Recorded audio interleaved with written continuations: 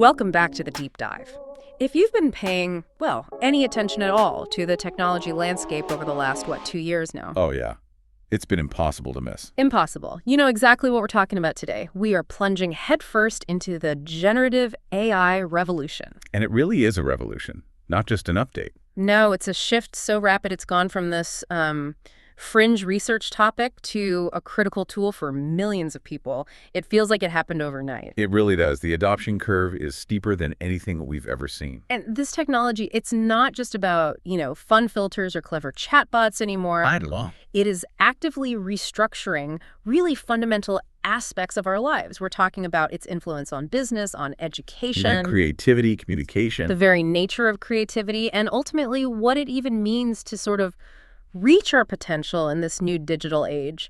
So our mission for this deep dive is to try and synthesize the just massive amount of information out there. To cut through the noise a little bit. Exactly. We want to give you, the listener, a kind of comprehensive shortcut to being well-informed. We'll unpack the impacts, the opportunities, and crucially, the challenges that come with it. The necessary growing pains, for sure. Okay, let's unpack this. If you already know about AI, the predictive kind, right? The algorithms that recommend your next movie. Right, the recommendation engines. How is this new wave of generative AI fundamentally different? What is it doing under the hood that lets it create instead of just, calculate? That is the perfect place to start. Because the distinction isn't just a technical upgrade. It's a paradigm shift. That's a big word. It is. I'd argue it's maybe the largest we've seen in computing since, I don't know, the internet or the smartphone. Wow. Yeah. Prior AI models, what you call predictive AI, they were masters of classification and correlation. They basically answered two questions. What is this? Like, is this email spam or not spam? Exactly. And the second question was, what will happen next? So forecasting stock prices, recommending a product, it's all prediction. Generative AI, or Gen AI, tackles a third, far more complex question. What can be created? These systems are designed to produce novel, new, coherent, high-quality content. And that content can be, well, anything. Human-like text, photorealistic images, code. Music, even. Music. Scientific hypotheses that were never explicitly in the data it trained on. The key word here is novelty.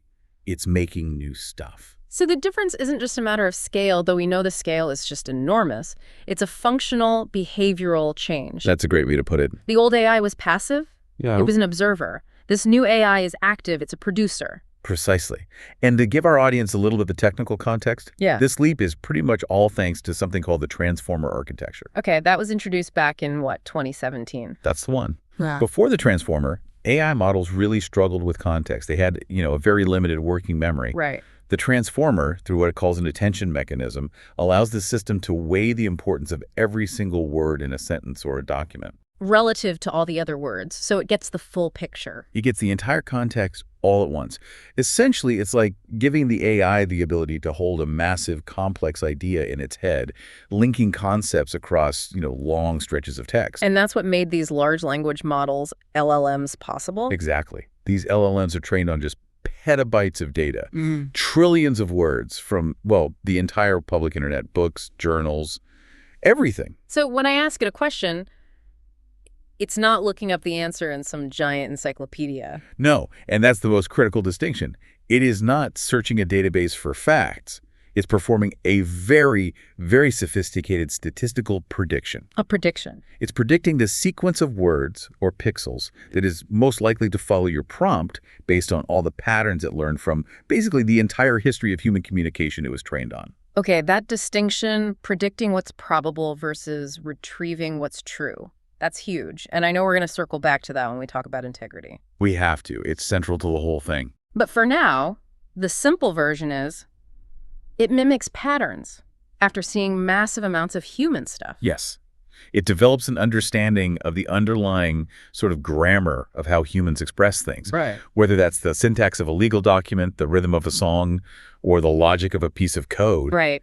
That fundamental shift from just understanding information to actively producing it, that's the reason why Gen AI is integrating so deeply and so quickly into our lives right now. And that leads us perfectly into the practical side of this. Let's move from the theory to, the real world. This stuff isn't niche anymore. Not even close. It's integrating quietly, but, fundamentally into so many daily activities. And it seems to be starting with knowledge work and education. The bedrocks, yeah. Let's start with education because it's facing such a rapid disruption.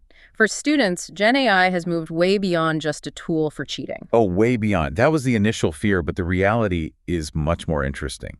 It's become this incredibly dynamic, personalized learning aid. Students are using it to really engage with complex ideas, not just get answers. They're exploring different perspectives, brainstorming papers. And its real power, I think, is as a virtual tutor, but like a virtual tutor on steroids. Right. A human tutor, no matter how great they are, has limits: time, patience, you know. An AI model can explain a concept, let's say quantum mechanics. A tough one. A very tough one. It can explain it in 15 different ways, instantly.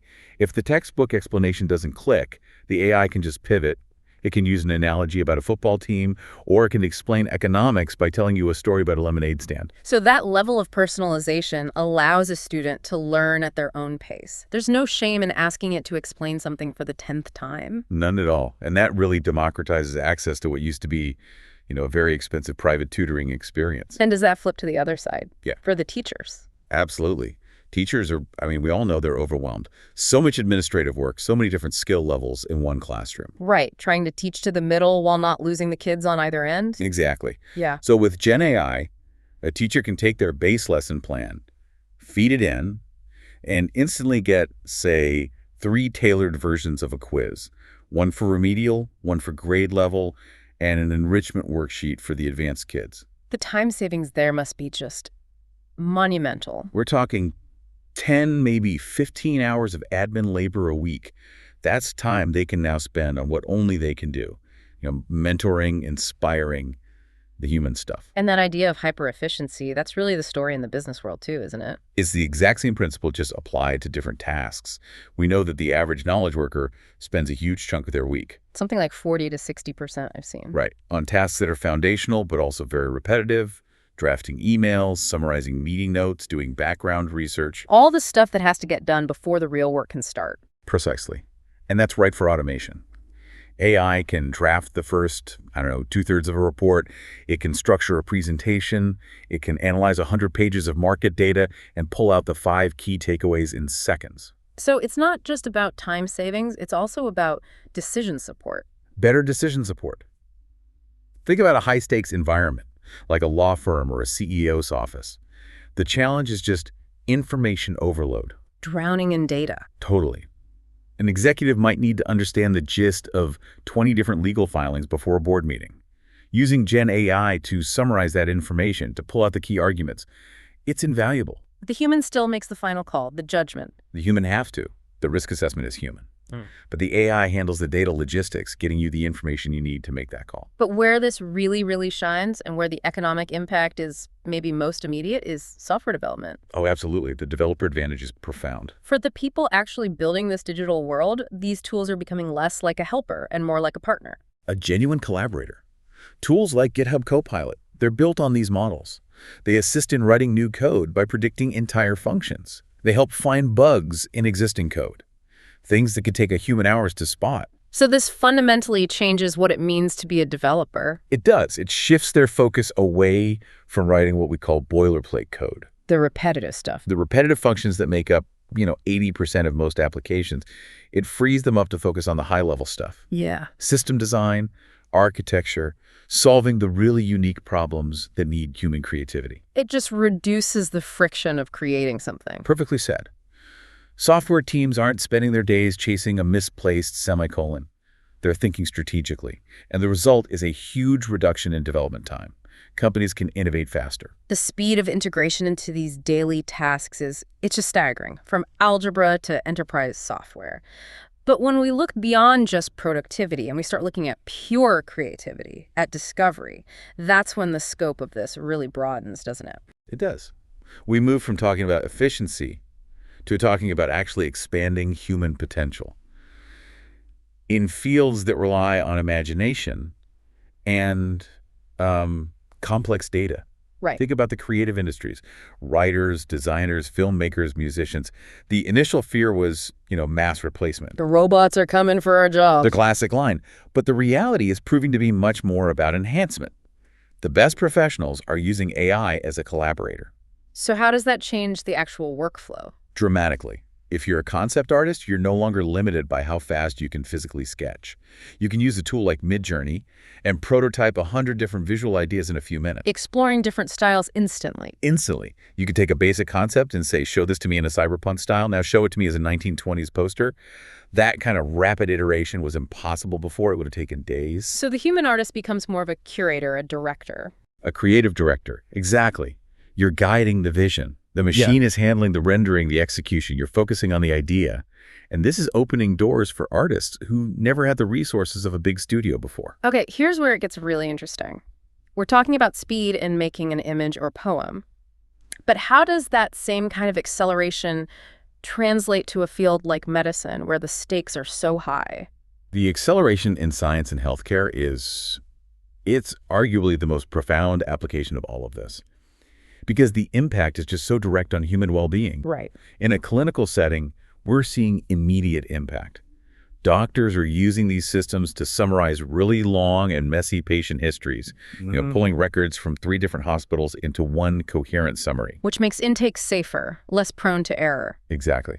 And it also generates all that complex admin paperwork for billing and compliance, which frees up so much time. But what about the diagnostic side? That's the real leap. We're talking about models trained on millions of anonymized patient records, scans, lab results. When a doctor has a really complex case, the AI can analyze that patient's data against this massive historical library. And it can spot patterns a human might miss. It might identify a subtle indicator that even a very experienced doctor could overlook. It's not replacing the doctor's judgment. It's augmenting it with a massive amount of data. And that same principle of scale must apply to research labs. Exponentially so. Researchers are facing a crisis of scale right now. The amount of scientific literature being published every day is just staggering. Impossible for a human to keep up with. Physically impossible. Yeah. No single team can read every paper on, say, new battery technology or gene therapy. And that's where the LLM becomes a scientific tool. Precisely. Researchers use these models to just ingest all of it. The AI can find these subtle connections between papers from totally different fields. It might link a finding in material science to an application in neurology. A connection a human researcher stuck in their silo never have made. And it can then suggest a novel, testable hypothesis. And beyond just reading, the simulation capabilities are revolutionary. What do you mean by that? Well, researchers are using these models to predict how proteins will fold, which is a key part of drug discovery, or to simulate new chemical interactions. These things used to take supercomputers weeks. Now an AI can give you a highly probable answer in days. So you're just collapsing the discovery lifecycle. We are collapsing timelines. Right. What once took months of lab work and resources can now yield a solid hypothesis in a few days. And that is accelerating breakthroughs in medicine, in clean energy. It's pushing all of human knowledge forward faster. Okay, so we've talked about all these incredible opportunities, from the art studio to the research lab, but now we have to apply that critical lens. We do. Whenever technology this powerful integrates this quickly, you get friction, you get really significant concerns. We have to be clear-eyed about the challenges, and let's start with the most urgent one, I think, which is the integrity crisis. Yes. Reliability and trust. As these systems get better, as they sound more and more authoritative, this becomes the central problem. And it goes back to what you said earlier. It's a prediction engine, not a fact engine. Exactly. And that leads to this phenomenon we call hallucinations. Right. This is when the AI generates content that is perfectly written, sounds completely plausible. It might even cite sources. Sources that it just made up. Completely fabricated. Yeah. But it delivers this fabricated information with total confidence because it doesn't know truth. It just knows what's statistically probable. And if you plug that into a system where accuracy is everything, like a legal case or a medical diagnosis, the consequences of a confident hallucination are severe. They're terrifying. It means the human in the loop has to have a really strong informational immune system. You have to treat all AI output as a first draft that needs to be rigorously verified. And this is made so much harder by the rise of deepfakes, of synthetic media, which makes it nearly impossible for the average person to tell what's real anymore. It's a huge challenge. And that leads us straight into the legal and ethical minefield, right? Especially around data and copyright. A huge minefield. The two big issues are data provenance, where did the training data come from, and copyright. Right. These models are trained by scraping just everything from the public web. Trillions of data points. Yeah. And a lot of that is copyrighted material. Books, songs, images, code, stuff that belongs to creators. So the question being argued in court right now is who owns the output? If an AI creates an image after being trained on 1 million copyrighted photos, who owns that new image? Is the training process a transformative use, or is it just massive scale infringement? That's the multi-billion-dollar question that the courts are trying to figure out right now. And all this complexity, it just screams for guardrails, for policy. It does. Policymakers and organizations are scrambling to develop guidelines to make sure this is all used responsibly. Things like mandatory watermarking, so you always know if content is AI generated. Transparency at the first step. And then finally, there's the big one, the societal question, the future of work. The central anxiety. Is it replacing us or is it enhancing us? And what's the verdict so far? It's a complex synthesis. It's not a simple answer. It is undeniable that certain repetitive cognitive tasks will be automated away. Summarizing reports, writing basic code. That stuff is going to be done by machines. But the idea of complete human displacement seems too simplistic. So if the routine tasks are automated, where does that leave people? The value of human labor has to shift. It has to shift dramatically. Yeah. And we're already seeing new roles emerge. People are calling them prompt engineers or AI auditors. Right. These are jobs that require humans to guide, to evaluate, and to collaborate with the AI. The human role shifts from doing the work to directing the work, from execution to strategy. The future vision then is not replacement, but enhancement. Profound enhancement. The goal is to build tools that amplify our ability to think and create. The future of work will be built on these seamless hybrid systems. Where humans and AI work together. Exactly. In these systems, humans provide the irreplaceable things.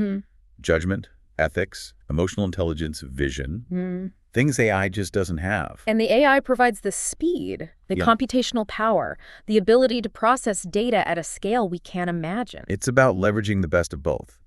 The key skill for the future is mastering that interface between human and machine. Which brings us to what's next. If the current generation of AI has already caused this much change, what's on the horizon? Because it feels like the next wave is already building. It is. And the most significant shift right now is the move toward what people are calling the multimodal horizon. Okay, what does that mean in simple terms? It means we're moving beyond the siloed tools we use today. You know, one tool for text, a different one for images. Yeah. The future is richer, more integrated experiences, true multimodal systems. So multimodal means the AI will be able to understand and process multiple types of input at the same time? At the same time. Text, voice, images, video, and even real-world context from sensors. It's a huge engineering challenge, but when it's achieved, it allows for much more natural communication. You won't just type a prompt. You might show it a video of your broken dishwasher and say, "How do I fix this part?" And it will generate a repair diagram and email the parts store for you. That feels less like using software and more like interacting with a capable assistant. A perceptive being, almost. And that leads directly to this idea of deep personalization and partnership. The AI assistants of the future will be so much more capable than what we have now. They won't just manage your calendar. They'll adapt to you. Imagine an assistant that has learned your writing style, your habits, even your cognitive biases over years of working with you. It won't just schedule things, it'll help you manage your own attention. It'll know the best way to present information to you. The evolution isn't just about what it can do, it's about the depth of the collaboration. Yes. The source material points to future AI being able to participate in complex, long-term reasoning. A sustained dialogue that could go on for weeks or months on a big project. It moves from being a simple tool to a genuine partner. So the final synthesis here is that Gen AI is evolving from a piece of software into a digital companion, a force multiplier. It supports and amplifies human potential in basically every field we can think of. Education, science, business, art, you name it. And this deep dive, it's really underscored for me that this isn't just a tech story. No, not at all. It is fundamentally a cultural and societal shift. It's forcing us to rethink how we learn, how we work, how we create. It's pushing us into new forms of collaboration between people and machines. And we are still at the very, very beginning of this. The systems we think are so amazing today. They are the earliest, crudest versions of what's coming. So what does this all mean? It feels like the choices we're making right now about data ownership, about transparency, about regulation are going to determine the future we build with this technology. Absolutely. Yeah. This is the moment where human policy is running to try and keep pace with algorithmic evolution. We have to be intentional about defining the role of human judgment in a world that's going to be full of automated synthetic content. The new core skill isn't creation, it's confirmation, it's verification. And as we close this conversation, we want to leave you with a final thought to mull over, building on this idea of deep partnership. Considering this inevitable move toward highly personalized, multimodal AI assistants that will understand our habits perfectly and proactively optimize our decisions for us. How do we balance the incredible benefits of that kind of support against the fundamental human need for cognitive friction, for independent struggle, for unoptimized, autonomous judgment? When our most capable digital partner knows our goals better than we do, how do we make sure we still have the space for independent thought and the freedom to fail on our own? Something to ponder as you navigate your newly optimized and very rapidly changing world. Thank you for joining us for this deep dive.